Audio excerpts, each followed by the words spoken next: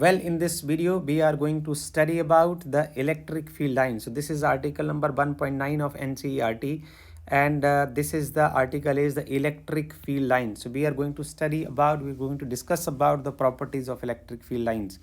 So electric field lines को समझने के लिए हम सबसे पहले क्या करते हैं, हम ओरिजिन पर एक पॉजिटिव चार्ज लेते हैं। हमने एक पॉजिटिव चार्ज जो एक सोर्स चार्ज जो हम इसको कह सकते हैं, हमने एक सोर्स चार्ज जो है वो लिया which is a point charge and it's located at origin. इसके बाद हम देख रहे हैं कि इसके जो एरोज़ हैं दे आर पॉइंटिंग आउटवर्ड।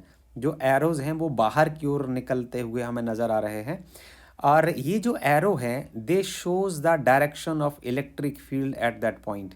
किसी भी पॉइंट के ऊपर यदि आपको डायरेक्शन ऑफ इलेक्ट्रिक फील्ड देखना है तो उस पॉइंट के ऊपर आपको एरो की डायरेक्शन को ध्यान से देखना है। You have to see the direction of the arrow at that point, right. So the arrow shows the direction of electric field at that point, number one. Number two, the length of the arrow shows the strength of electric field. जरा गौर से देखिए, आप इस positive test charge के किनारे जो length of the arrow देखिए, इस एरो की लेंथ देखिए, इस एरो की लेंथ देखिए। आप जैसा देख रहे हैं कि जैसे ही आप पॉजिटिव टेस्ट चार्ज से आगे की ओर जाते हैं तो आप देखते हैं कि एरो की जो लेंथ है वो छोटी होती चली जा रही है। This means that the length of the arrow shows the या talks about the strength of electric field at that point। उस पॉइंट पर इलेक्ट्रिक फील्ड कितना है उसके बारे में जानकारी देगा। देखिए, यहाँ एरो ज़्यादा लंबा है, इसका मतलब यहाँ इलेक्ट्रिक फील्ड ज़्यादा है। यहाँ एरो की लेंथ उससे कम है, इलेक्ट्रिक फील्ड उससे घट जाएगा।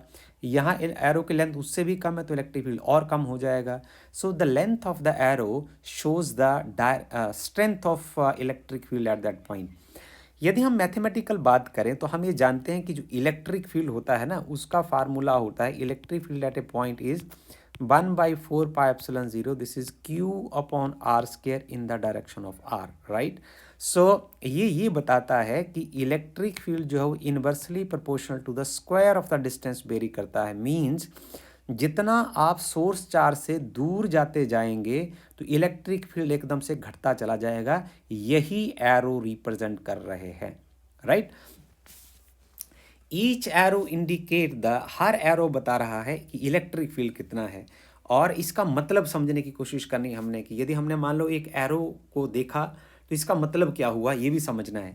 तो ये एरो ये बता रहा है कि यदि आप यहाँ कोई यूनिट पॉजिटिव चार्ज रखते हैं टेल के ऊपर, यहाँ टेल के ऊपर, यहाँ टेल के ऊपर, यहाँ टेल के ऊपर, यदि हम किसी टेल के ऊपर, एरो के टेल के ऊपर यदि यूनिट पॉजिटिव चार्ज रखते हैं तो ये यूनिट पॉजिटिव चार्ज जो है इस सोर्स चार्ज की वजह से कितना फोर्स फील करता है उसके बारे में जानकारी देता है।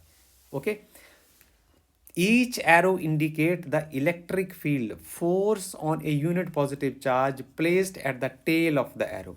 यदि हम एरो की टेल के ऊपर यदि यूनिट पॉजिटिव चार्ज रखें तो वो यूनिट पॉजिटिव चार्ज इस सोर्स चार्ज की वजह से कितना फोर्स फील करता है उसके बारे में जानकारी देता है, right.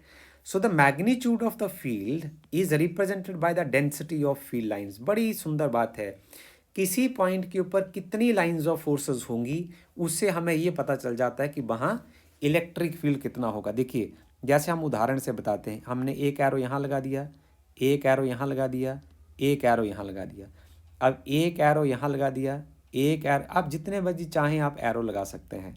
You are independent to do it, okay. So number of arrows at a point shows the strength of electric field at that point. यदि एरोज की डेंसिटी ज़्यादा होगी, भाई इस डायग्राम से हम ये बताने की कोशिश कर रहे हैं।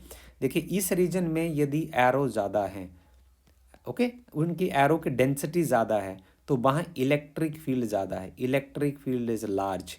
और जिस रीजन में एरो कम है electric field is week, electric field is week. जहाँ एरो की स्ट्रेंथ कम है वहाँ इलेक्ट्रिक फील्ड कम होगा, जहाँ एरो की स्ट्रेंथ ज़्यादा होगी वहाँ इलेक्ट्रिक फील्ड ज़्यादा होगा। So the density of the field lines give the indication of the strength of the electric field at that point, right. So आगे हम चलते हैं। यही बात हमने दोनों में करनी थी कि यदि फील्ड लाइन्स की डेंसिटी ज़्यादा होगी इलेक्ट्रिक फील्ड ज़्यादा होगा, और यदि फील्ड लाइन की डेंसिटी कम होगी तो इलेक्ट्रिक फील्ड कम होगा। हम चर्चा को आगे बढ़ाते हैं कि field lines due to the single positive charge, जो इलेक्ट्रिक फील्ड लाइंस हैं, यदि आपके पास एक सिंगल पॉजिटिव चार्ज होगा, if you have single positive charge like here, you can see here, आप ये देखें कि यहाँ से जो फील्ड लाइंस हैं वो बाहर को इमर्ज होती हैं। Electric field lines emerge from the positive test charge. ये देखिए यहाँ से जो फील्ड लाइंस हैं they are seems to be coming out from this positive source charge. तो यदि सोर्स चार्ज पॉजिटिव होता है तो फील्ड लाइंस बाहर की ओर आएंगी, और यदि सोर्स चार्ज नेगेटिव होता है at the centre, if the source charge is negative then field lines are seems to be coming inside. वो लगता है कि जैसे वो अंदर की ओर आ रही हैं। Field lines are seems to be coming inside, वो अंदर की ओर आ रही हैं, right. So this is all about this. The field lines due to the single positive charge are radially outward, वो रेडियली बाहर की ओर होंगी। While due to negative charge the field lines are radially inward, वो अंदर की ओर होंगी, right. So next is what we have to study. अब यदि हमारे पास पेयर ऑफ चार्जेस होते हैं, तो पेयर ऑफ चार्जेस की जहाँ तक बात है वो हमारे पास पॉजिटिव नेगेटिव हो सकते हैं, और दोनों पॉजिटिव हो सकते हैं या दोनों नेगेटिव हो सकते हैं, इट इज़ पॉसिबल। तो फर्स्ट वन कि the field line starts from the positive charge and ends at the negative charge. आप यहाँ देखिए ये आपके पास पेयर ऑफ चार्जेस है, एक पॉजिटिव चार्ज है और एक नेगेटिव चार्ज है। ज़रा गौर से देखने वाली बात है, हम ये देख रहे हैं कि पॉजिटिव चार्ज से जो लाइंस ऑफ फोर्सेस है वो बाहर की ओर निकल रही हैं और नेगेटिव चार्ज के ऊपर जाकर ख़त्म हो रही हैं। तो the lines of forces are emerging from the positive charge at an angle 90 degree, वो perpendicular to the surface emerge करती हैं और यहाँ आके नेगेटिव के ऊपर आकर टर्मिनेट हो जाती है। ये देखिए पॉजिटिव चार्ज से यहाँ से इमर्ज हो रही हैं और नेगेटिव चार्ज के ऊपर जाकर वो टर्मिनेट हो रही हैं। So this is what we have to learn from here, यही हमने यहाँ से सीखना है। हाँ, ऐसा हो सकता है कि यदि आपके दोनों ही चार्ज यदि सेम होते हैं, ये if the both the charges are same, so आप देखिए कि जो लाइंस ऑफ फोर्सेस हैं, अब पॉजिटिव चार्ज है यहाँ से भी वो इमर्ज करेंगी, एरो बाहर की ओर है, they are emerging radially outward, but इस यहाँ से भी वो रेडियली बाहर की ओर जा रही है। मज़े की बात क्या है, आप यहाँ क्या देख रहे हो, आप यहाँ देख रहे हो कि कोई भी जो lines of electric lines of force है वो एक दूसरे को क्रॉस नहीं कर रही हैं। सो बेसिकली जो इलेक्ट्रिक लाइंस ऑफ फोर्स की जो डायरेक्शन होती है वो टेंजेंट टू द पॉइंट होती है। किसी पॉइंट पर आप इलेक्ट्रिक फील्ड की डायरेक्शन देखना चाहते हो तो वहाँ से आप टेंजेंट ड्रॉ कर सकते हो। तो ये लाइंस ऑफ फोर्स दोनों एक दूसरे को क्रॉस नहीं करती, इसलिए क्योंकि यदि ये एक जगह के ऊपर दो टेंजेंट नहीं खींचे जा सकते, मतलब एक पॉइंट के ऊपर दो डायरेक्शंस पॉसिबल नहीं है, इसलिए जो लाइंस हैं वो एक दूसरे को क्रॉस नहीं करती है।